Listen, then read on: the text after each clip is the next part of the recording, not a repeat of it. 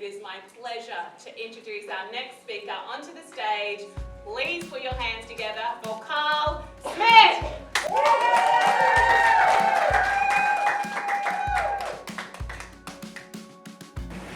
As a farmer, do you ever feel like you're going up a constant uphill? We've got rising prices, squeezing profits, crazy weather, a plethora of regulations and compliance you have to deal with it. And now adding to this, you've got this massive dark cloud of carbon accounting, emissions trading, and a lot of confusion. I know this is bothering a lot of farmers at the moment. It's really at the top of their mind. What's the path forward? How do we get there? What if I was to tell you that the answer to this is on the very ground you're standing on?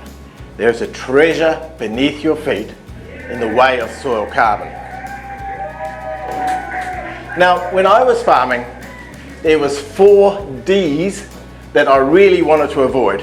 One was debt, well, excessive debt, because it stopped you from really expanding your farming operation. The second one was drought. We can't really stop drought, but we can find ways to mitigate through it.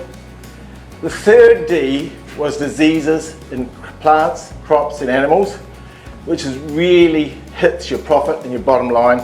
And the fourth D, well, was dumbasses coming up your drive telling you how to farm.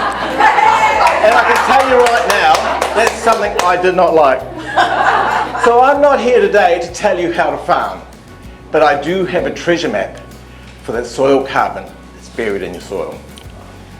So research shows us that increasing soil carbon increases the infiltration of the rain. Now you're farming here, what do you get? 300, 400 mils of rain? You're bloody magicians if you can farm in 400 mils of rain. But how much of that rain runs off? Increasing your soil carbon by 1% increases the capacity to hold water on your farm by tens of thousands of litres per hectare. Tens of thousands. Also, increasing soil carbon enriches the microbes in the soil. Healthy plants equals healthy stock and crops, more disease resistant. So there was a time when I was farming, and I grew up on a dairy farm in the middle of the North Island of New Zealand. When I was 15, Dad sold the farm and we shifted to a new farm in the King Country, 4.5 hours drive away from where I grew up. It was pretty cool, it was pretty exciting. 6 months later, my dad was dead. My stepmother was an English school teacher, and we were in deep. We had a lifequake event. And so it was overwhelming. But life goes on, and I thought, I'm going to do this and live out Dad's dream. We had a paddock at the back of the farm, and it was covered in weeds. So I got the old Izeki tractor, chucked a 44-gallon drum on the back, bought as much herbicide as I could, put the old sprayer on the back and drove around and sprayed this paddock. Waited for something green to come up, sprayed it again and sprayed it again. Bumped into the neighbour at the back of the farm one day, and he was a real good bugger. He leaned on the fence post and he said, "Boy, what are you doing?" I said, "Killing the weeds." He goes, "Yeah." He said, "You have to look like your soil is a bank. And at the moment, your bank's in overdraft and you're paying interest on it." And it was a real wake-up call. I had to look at new ideas.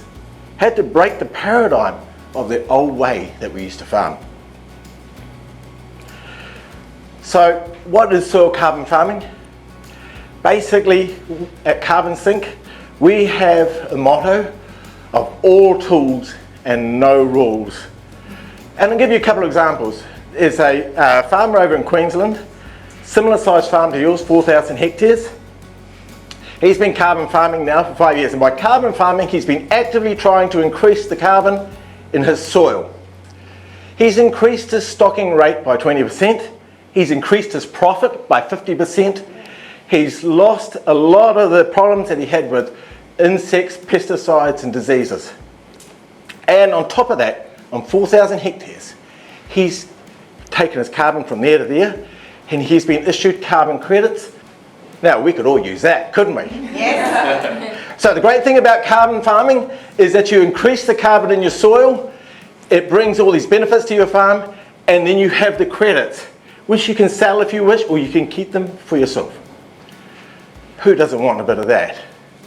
So, as I said, what we do at Carbon Sync is we deal with all the legislation. It's difficult and complex, but we keep the dumbasses over here, so you can get on farming over here. So in front of me we have a cost-benefit report and analysis. And with that, you can sit down and get a roadmap for your farm. Your farm is an individual farm. We treat you like an individual. There's no cookie cutter approach here, remember? All tools, no rules. Yeah. So why don't we sit down, work out how we can make a roadmap to increase your farming legacy and sustainability and resilience. Thank you.